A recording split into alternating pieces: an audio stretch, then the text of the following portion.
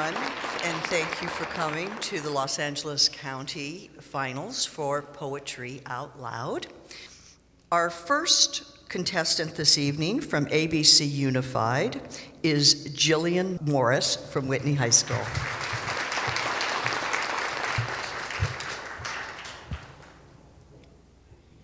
The Rain by Robert Creeley. All night the sound had come back again, and again falls this quiet, persistent rain. What am I to myself that must be remembered, insisted upon so often? Is it that never the ease, even the hardness of rain falling will have for me something other than this, something not so insistent? Am I to be locked in this steady happiness? Love, if you love me, lie next to me. Be for me like rain, the getting out of the tiredness, the fatuousness, the semi-lust of intentional indifference. Be wet with a decent happiness.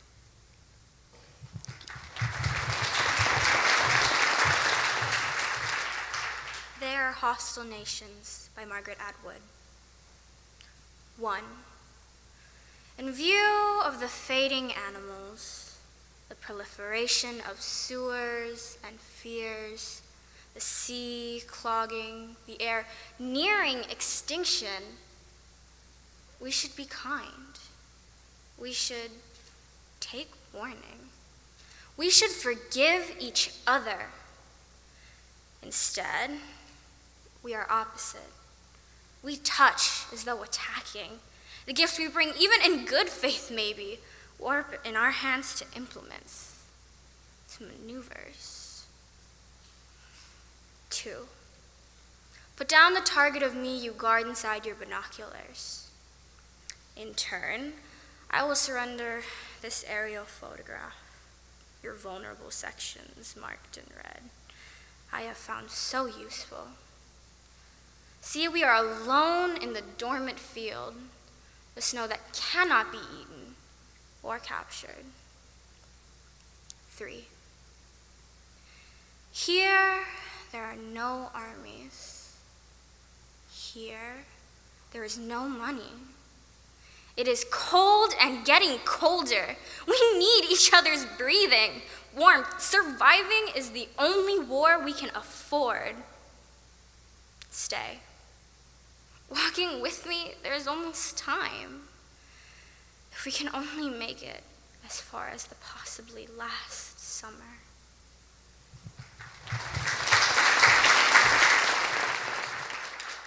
Dead Butterfly by Ellen Bass.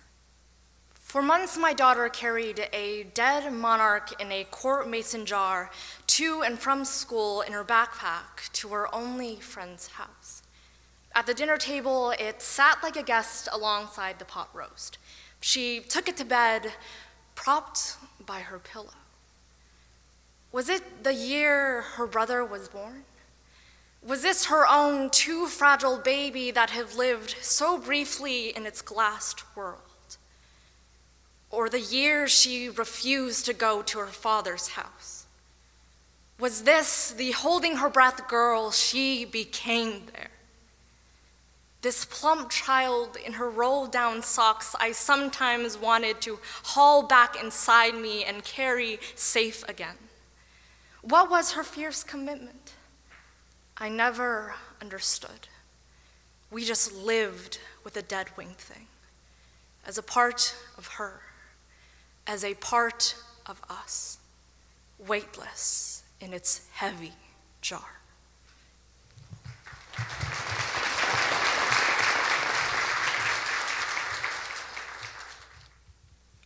Late Summer by Jennifer Grotz.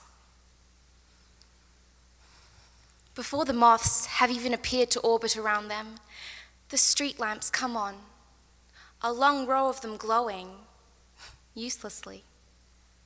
along the ring of garden that circles the city center, where your steps count down the dulling of daylight.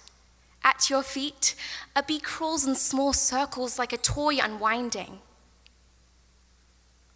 Summer specializes in time, slows it down almost to dream.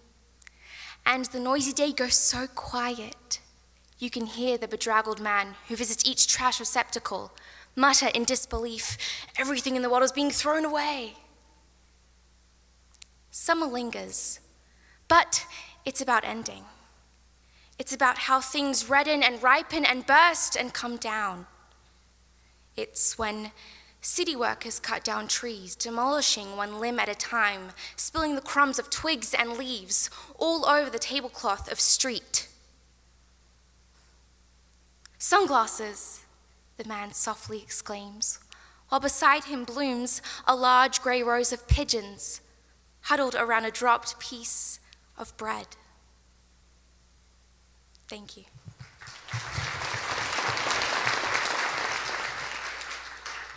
Caged Bird by Maya Angelou.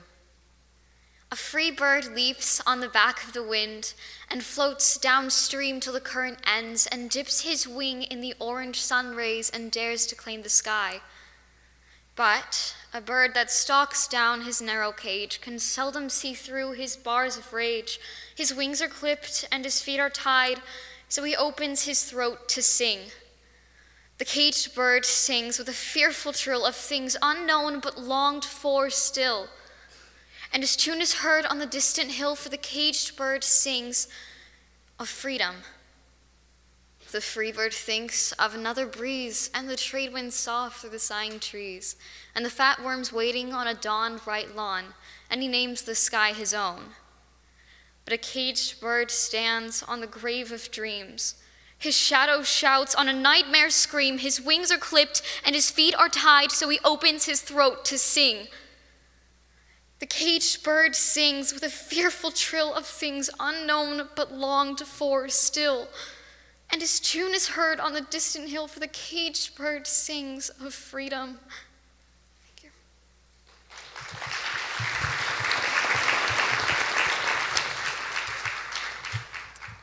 Meeting at Night by Robert Browning. The gray sea and the long black land, and the yellow half-moon large and low, and the startled little waves that leap in fiery ringlets from their sleep. As I gain the cove with pushing prow and quench its speed in the slushy sand. Then a mile of warm sea-scented beach, 3 fields to cross till a farm appears.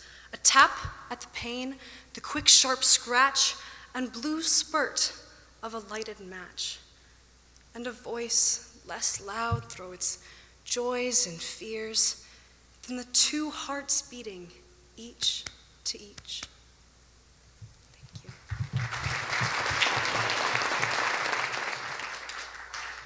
The Gift by Li-Young Lee. To pull the metal splinter from my palm, my father recited a story in a low voice.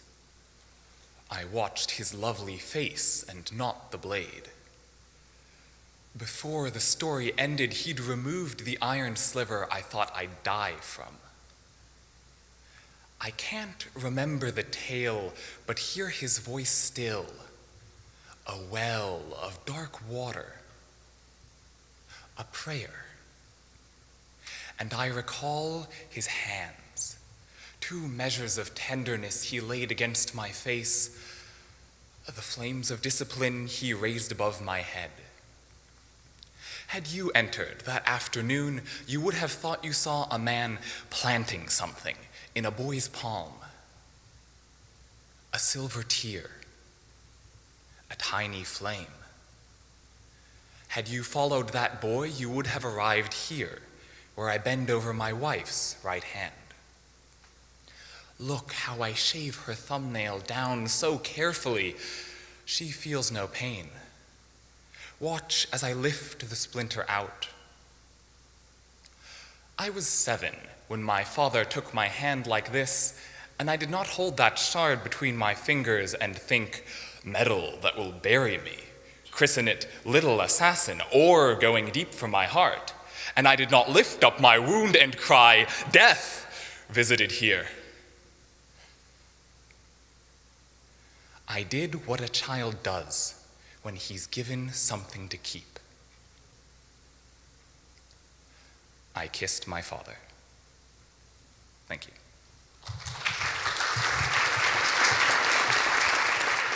The Conqueror Worm by Edgar Allan Poe. Lo, 'tis a gala night within the lonesome latter years. An angel throng, bewinged, bedight in veils and drowned in tears, sit in a theater to see a play of hopes and fears, while the orchestra breathes fitfully the music of the spheres. Mimes, in the form of God on high, mutter and mumble low, and hither and thither fly. Mere puppets they who come and go at bidding of vast formless things that shift the scenery to and fro, flapping from out their condor wings, invisible woe. That motley drama, oh, be sure it shall not be forgot, with its phantom chased forevermore by a crowd that sees it not, through a circle that ever returneth in to the self-same spot, and much of madness and more of sin and horror, the soul of the plot. But see, amid the mimic rout, a crawling shape intrude, a blood-red thing that rides from out the scenic solitude. It rides with mortal pangs, the mimes become its food, and seraphs sob at vermin fangs and human gore imbued. Out are the lights, out all, and over each quivering form the curtain, a funeral pall, comes down with the rush of a storm, while the angels, all pallid and wan, uprising, unveiling, affirm that the play is the tragedy man, and its hero, the conqueror worm.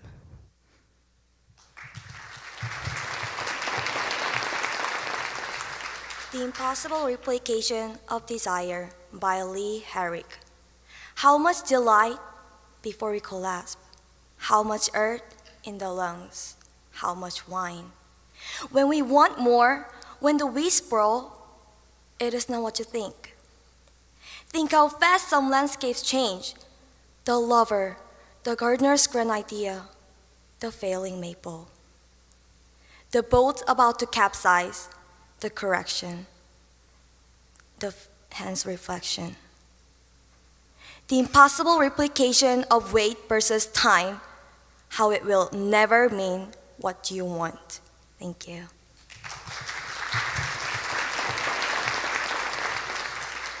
El Olvido by Judith Ortiz Cofer.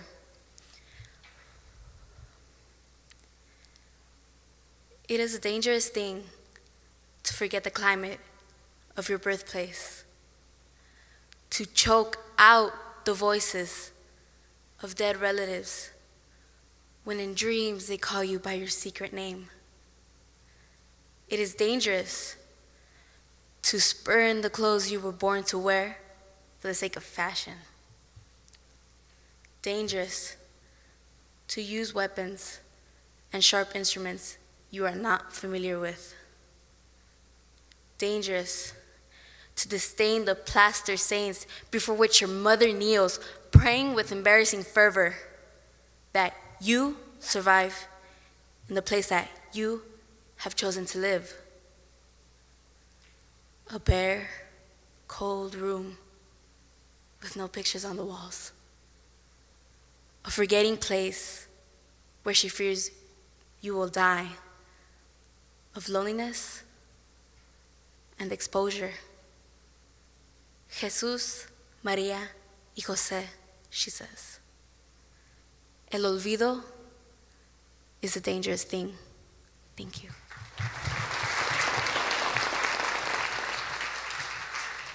Acquainted with the Night by Robert Frost.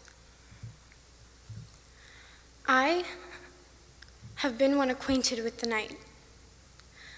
I have walked out in rain and back in rain.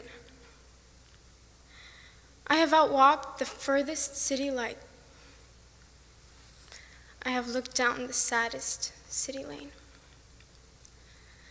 I have passed by the watchman on his beat and dropped my eyes, unwilling to explain.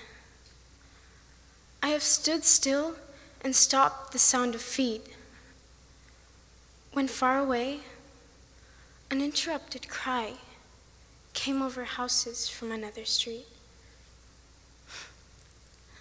But not to call me back or say goodbye. And further still, at an unearthly height, one luminary clock against the sky proclaimed the time was neither wrong nor right. I have been one acquainted with the night. Thank you.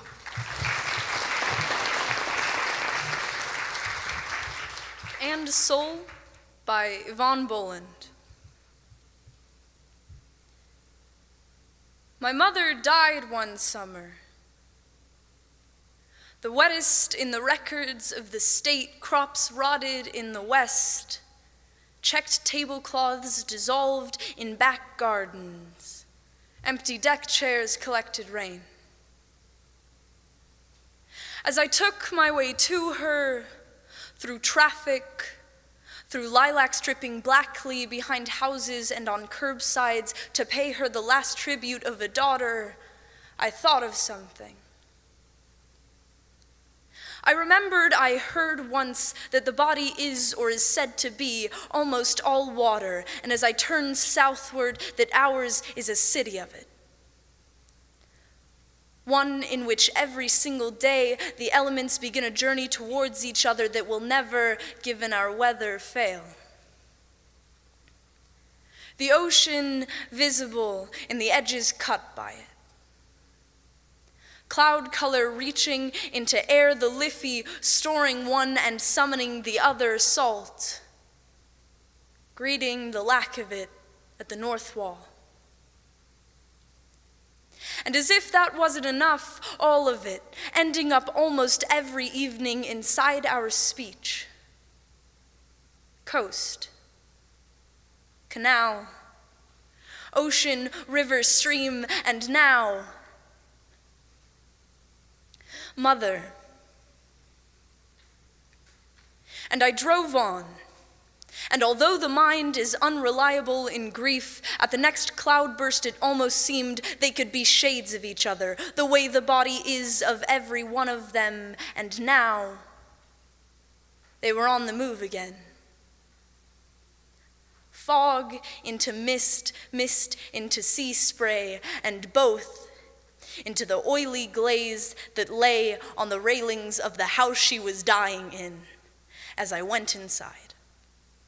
Thanks. Spanglish by Tato Laviera. Pues estoy creando Spanglish, bicultural systems, scientific lexicographical intertextual integrations. Two expressions, existentially wired. Two dominant languages, continentally abrazándose en coloquio combate. En las aceras del soil, Imperio Spanglish emerges.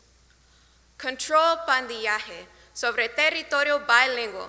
Las novelas mexicanas mixing with radio rock and roll. Condimented cocina lore.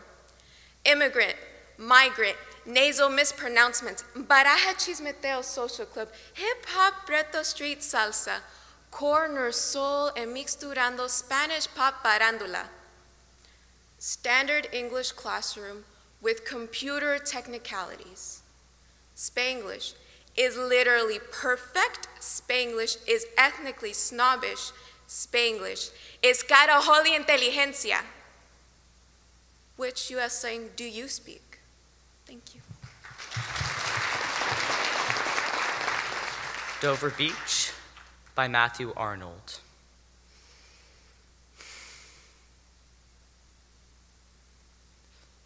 The sea is calm tonight.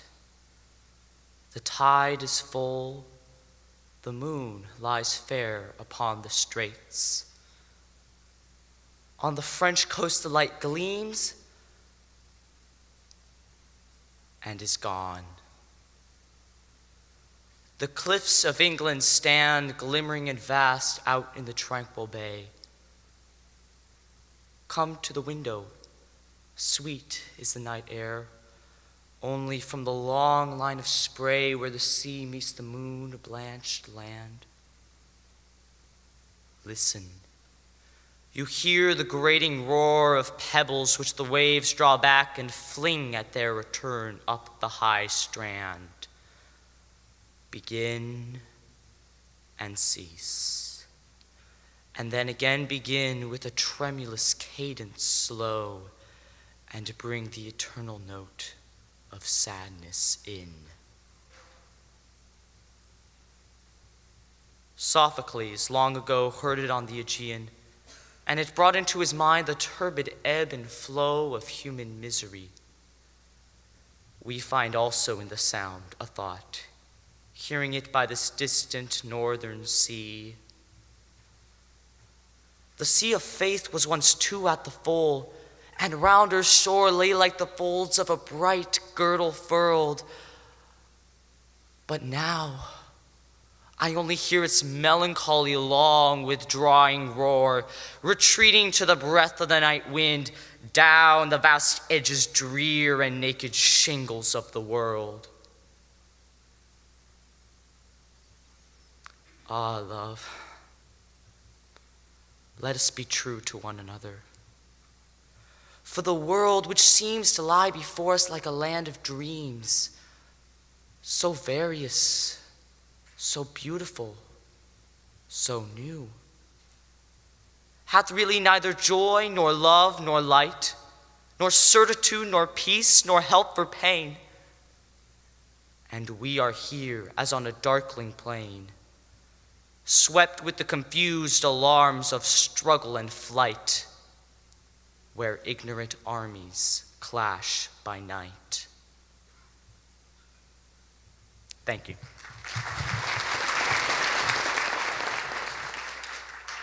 Ghazal by Agha Shahid Ali. Feel the patient's heart pounding. Oh, please, this one's James Merrill. I'll do what I must if I am bold in real time. A refugee, I'll be paroled in real time. Cool evidence clawed off like shirts of hellfire, a former existence untold in real time. The one you would choose, were you led then by him? What longing, oh yar, is controlled in real time. Each syllable sucked under waves of our earth, the funeral upcomes to hold in real time. They left him alive so that he could be lonely. The God of small things is not consoled in real time.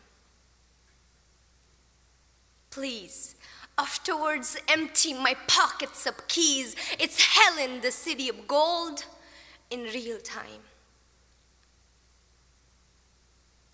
God's angels again are for satin, forlorn. Salvation was bought, but sin sold in real time. And who is the terrorist? Who the victim? We'll know if the country is polled in real time. Behind a door marked danger are being unwound the prayers my friend had enscrolled in real time. The throat of the rearway wind sliding down it. the street of Fairvilles now unrolled in real time.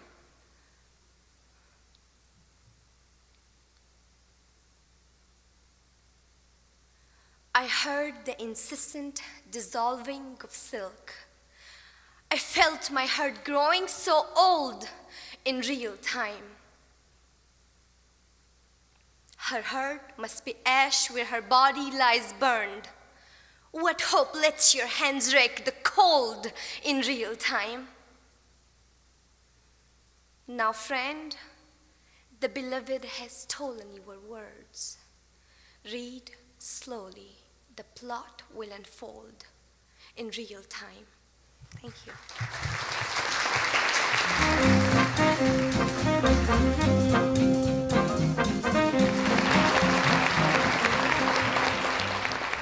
Monet Refuses the Operation by Lizzle Mueller.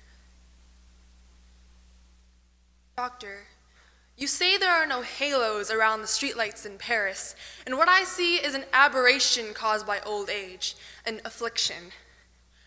I tell you, it has taken me all my life to arrive at the vision of gas lamps as angels, to soften and blur and finally banish the edges you regret I don't see, to learn that the line I called the horizon does not exist, and sky and water so long apart are the same state of being.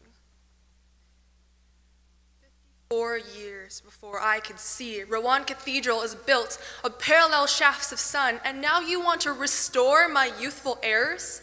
Fixed notions of top and bottom, the illusion of three-dimensional space, wisteria separate from the bridge it covers. What can I say to convince you the Houses of Parliament dissolve night after night to become the fluid dream of the Thames?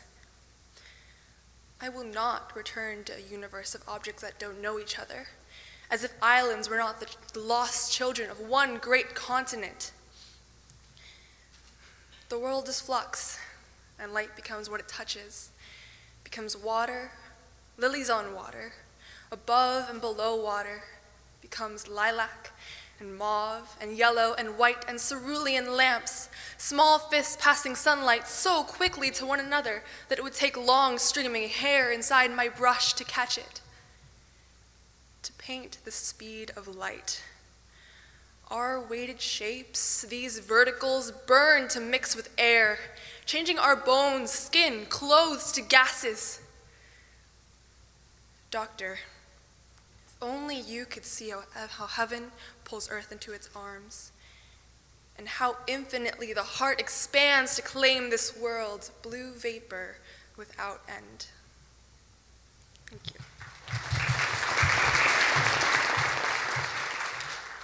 In Memoriam, Martin Luther King Jr.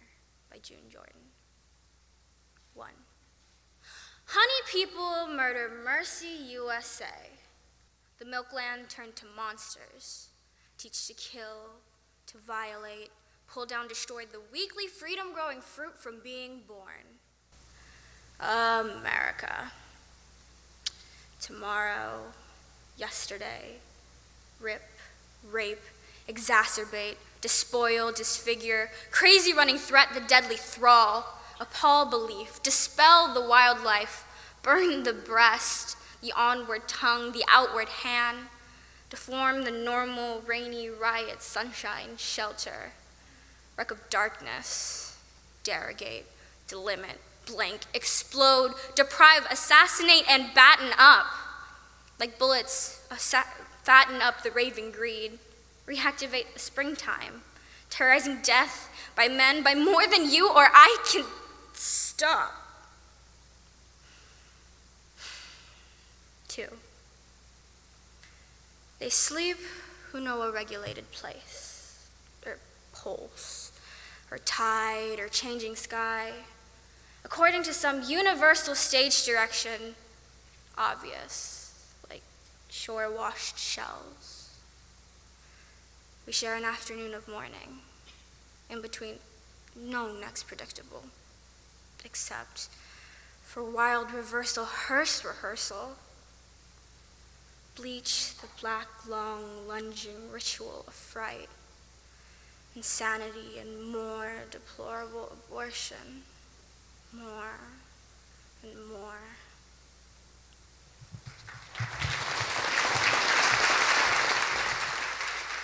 To Have Without Holding by Marge Piercy.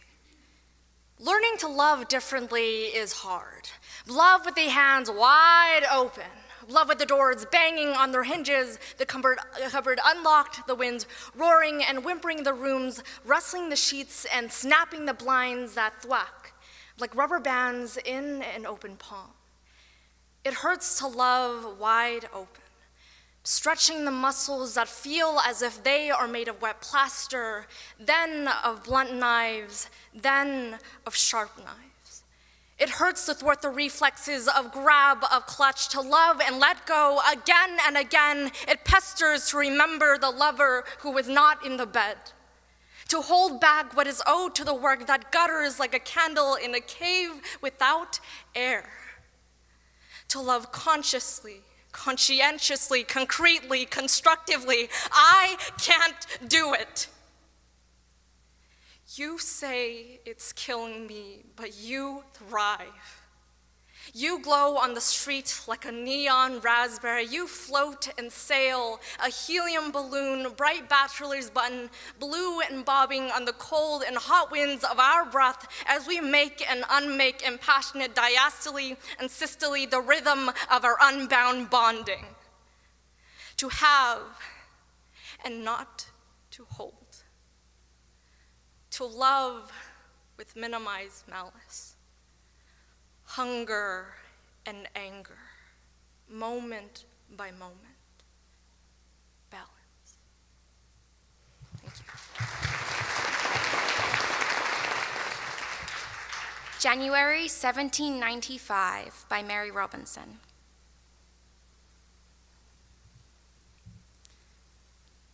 Pavements slippery, people sneezing, lords in ermine, beggars freezing, titled gluttons dainties carving, genius in a garret starving, lofty mansions warm and spacious, courtiers cringing and voracious, misers scarce the wretched heeding, gallant soldiers fighting, bleeding, wives who laugh at passive spouses, theaters and meeting houses, balls where simpering misses languish, hospitals and groans of anguish, arts and sciences bewailing, commerce drooping, credit failing, placemen mocking subjects loyal, separations, weddings royal, authors who can't earn a dinner, many a subtle rogue a winner,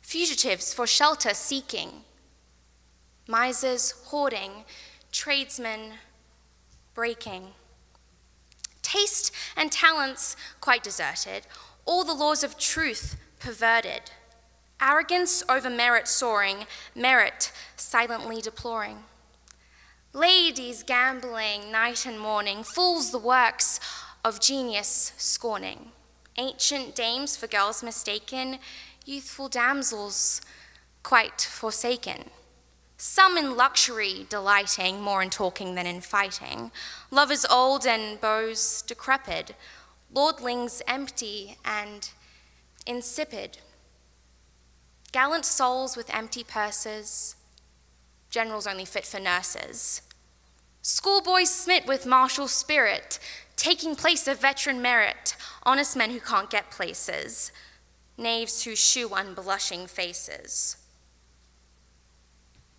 Ruin hastened, peace retarded, candor spurned, and art rewarded. Thank you. Diameter by Michelle White Burke. You love your friend, so you fly across the country to see her. Your friend is grieving. When you look at her, you see that something's missing. You look again. She seems all there. Reading glasses, sarcasm, leather pumps. What did you expect? Ruins. Demeter without arms in the British Museum. Your friend says she believes there's more pain than beauty in the world.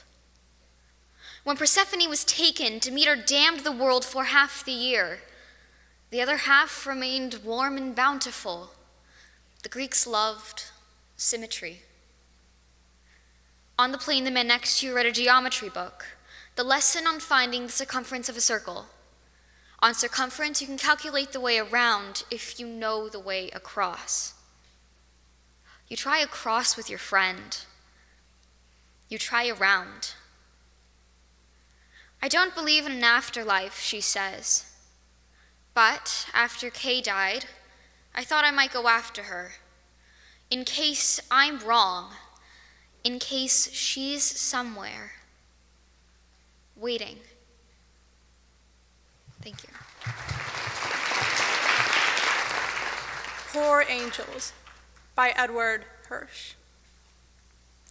At this hour, the soul floats weightlessly through the city streets, speechless and invisible, astonished by the smoky blend of grays and gold seeping out of the air, the dark halftones of dusk suddenly filling the urban sky, while the body sits listlessly by the window, sullen and heavy, too exhausted to move, too weary to stand up or to lie down.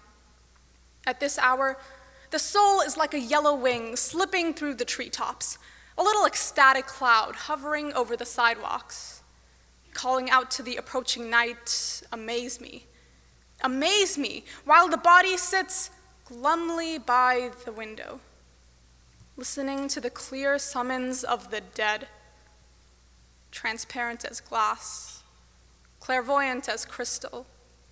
Some nights, it is almost ready to join them. Oh, this is a strange, unlikely tethering, a furious grafting of the quick and the slow. When the soul flies up, the body sinks down.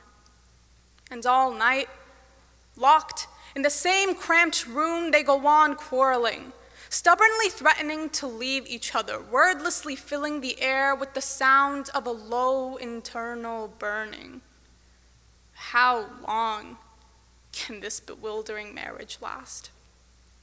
At midnight, the soul dreams of a small fire of stars flaming on the other side of the sky, but the body stares into an empty night sheen.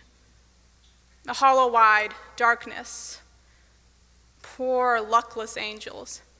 Feverish old loves, don't separate yet. Let what rises live with what descends.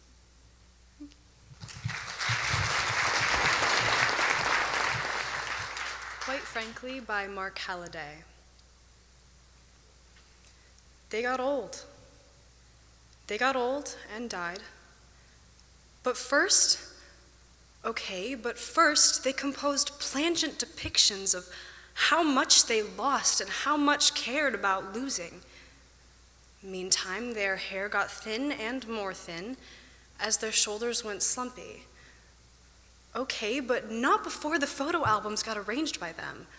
Arranged with a niftiness, not just 2 or 3, but 18 photo albums. Yes, 18 eventually. 18 albums proving the beauty of them and not someone else. Them and their relations and friends, incontrovertible. Playing croquet in that Bloomington yard, floating on those comic inflatables at Dow Lake, giggling at the Dairy Queen, waltzing at the wedding, building a Lego palace on the porch, holding the baby beside the rental truck, leaning on the Hemingway statue at Pamplona, discussing the eternity of art in that Sardinian restaurant. Yes! And so, quite frankly, at the end of the day, they got old and died, okay, sure, but quite frankly, how much does that matter in view of the 18 photo albums? Big ones, 13 inches by 12 inches each, full of such undeniable beauty. Thank you.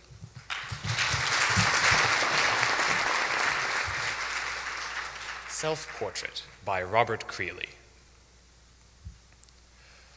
He wants to be a brutal old man, an aggressive old man, as dull, as brutal as the emptiness around him. He doesn't want compromise, nor to be ever nice to anyone, just mean and final in his brutal, his total rejection of it all. He tried the sweet, the gentle, the oh, let's hold hands together. And it was awful, dull, brutally inconsequential. Now he'll stand on his own dwindling legs. His arms, his skin shrink daily, and he loves but hates equally. Thank you. 100 Love Sonnets 17 by Pablo Neruda, translated by Mark Eisner. I don't love you as if you were a rose of salt, topaz, or arrow of carnations that propagate fire. I love you as one loves certain obscure things, secretly between the shadow and the soul. I love you as the plant that doesn't bloom, but carries the light of those flowers hidden within itself. And thanks to your love, the tight aroma that arose from the earth lives dimly in my body. I love you without knowing how, or when, or from where. I love you directly without problems or pride. I love you like this because I don't know any other way to love, except in this form in which I am not, nor are you. So close that your hand upon my chest is mine. So close that your eyes close with my dreams.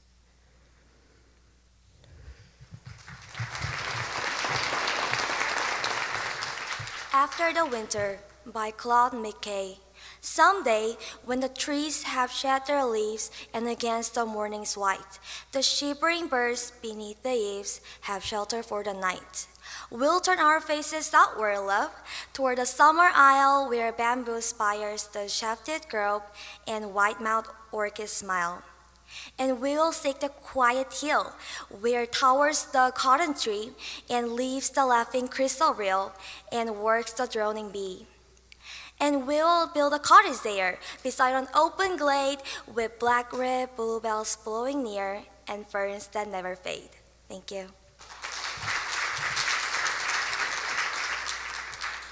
Those Winter Sundays by Robert Hayden.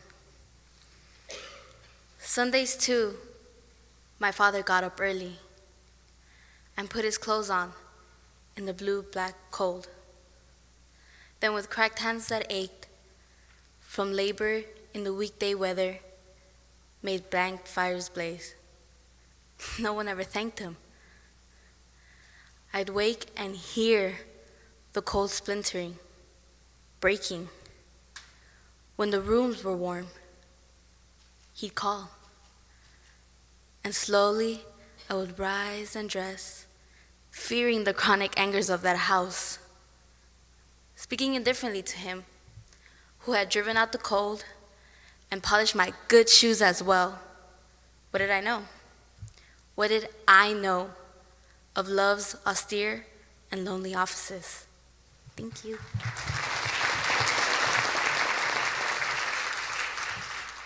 All This and More by Mary Carr. The devil's tour of hell did not include a factory line where molten lead spilled into mouths held wide. No electric drills spiraling screws into hands and feet, nor giant pliers to lower you into simmering vats. Instead, a circle of light opened on your stuffed armchair, whose chintz orchids did not boil and change, and the devil adjusted your new spiked antenna almost delicately, with claws curled and lacquered black, before he spread his leather wings to leap into the acid green sky. So, your head became a TV hole, a gargoyle mirror, your doppelganger, sloppy at the mouth and swollen at the joints, enacted your days in sinuous slow motion. Your lines delivered with a mocking sneer. Sometimes the frame froze, reversed, began again, the red eyes of a friend you cursed. Your girl child cowered behind the drapes. Parents, alive again and puzzled by this new form. That's why you clawed your way back to this life. Thank you.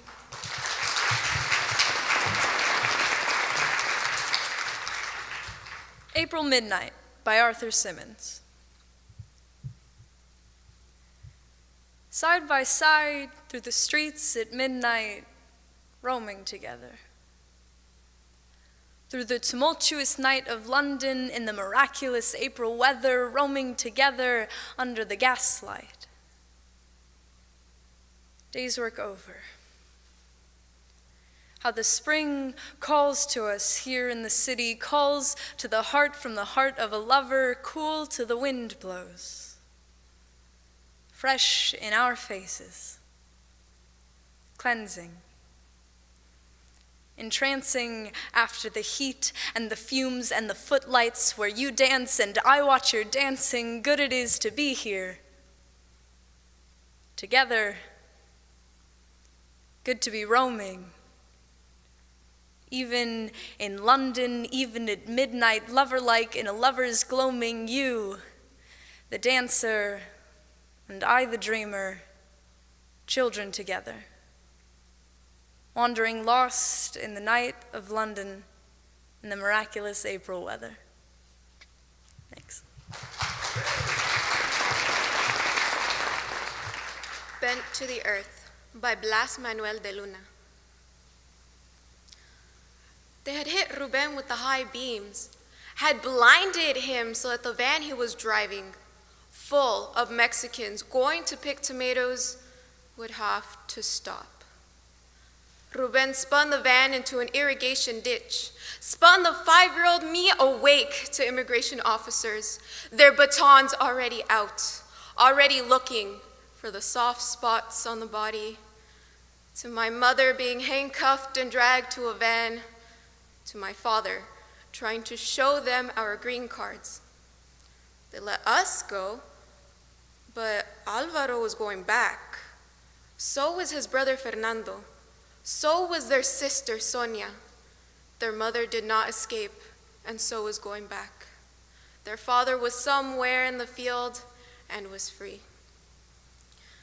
There were no great truths revealed to me then, no wisdom given to me by anyone. I was a child who had seen what a piece of polished wood could do to a face, who had seen his father about to lose the one he loved, who had lost some friends who would never return, who, later, that morning, bent to the earth and went to work. Thank you. The Gaff by C.K. Williams.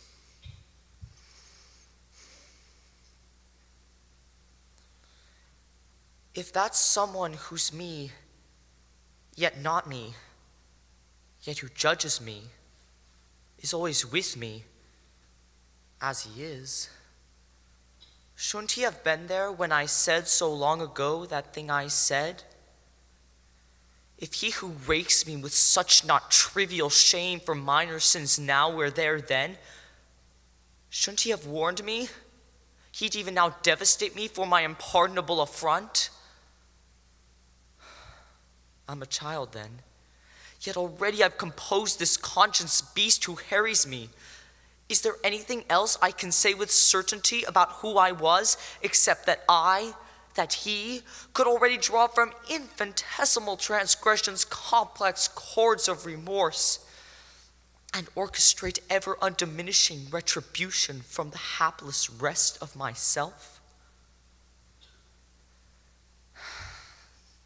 The son of some friends of my parents has died, and my parents, paying their call, take me along, and I'm sent out with the dead boy's brother and some others to play.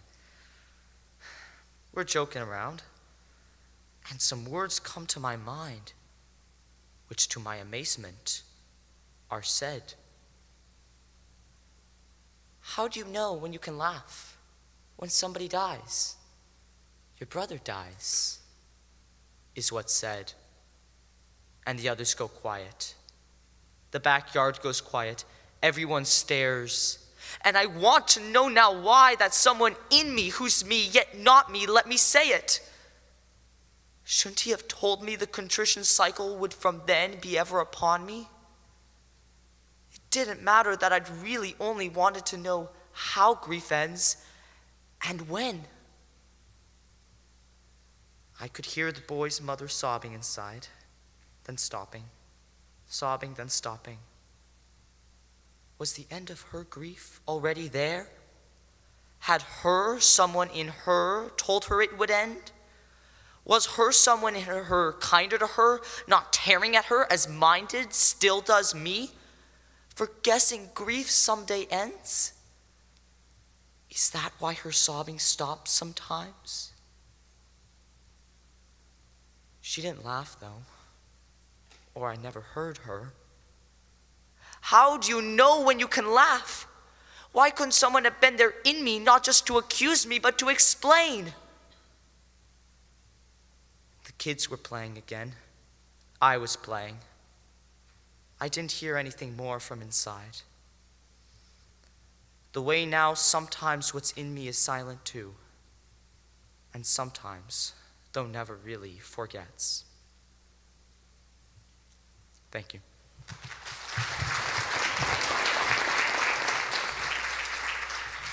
A Birthday by Christina Rossetti. My heart is like a singing bird whose nest is in a water chute.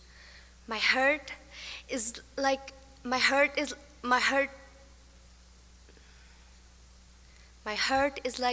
apple tree whose boughs are bent with thickset fruit.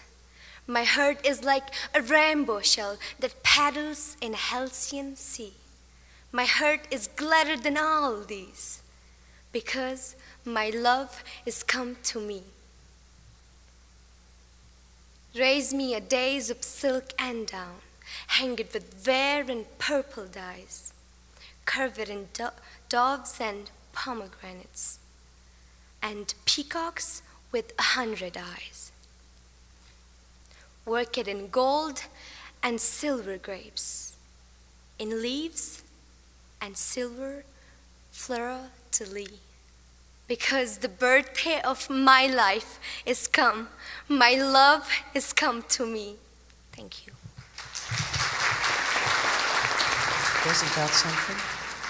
Let's give all of these incredible students.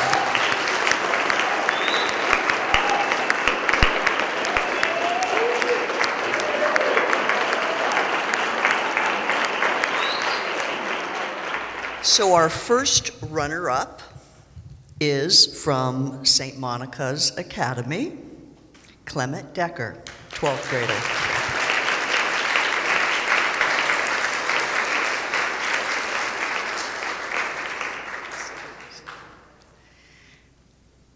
And our winner this evening of a just brutally difficult choice, from Glendale Unified School District, Robert Peralta, from Glendale High School.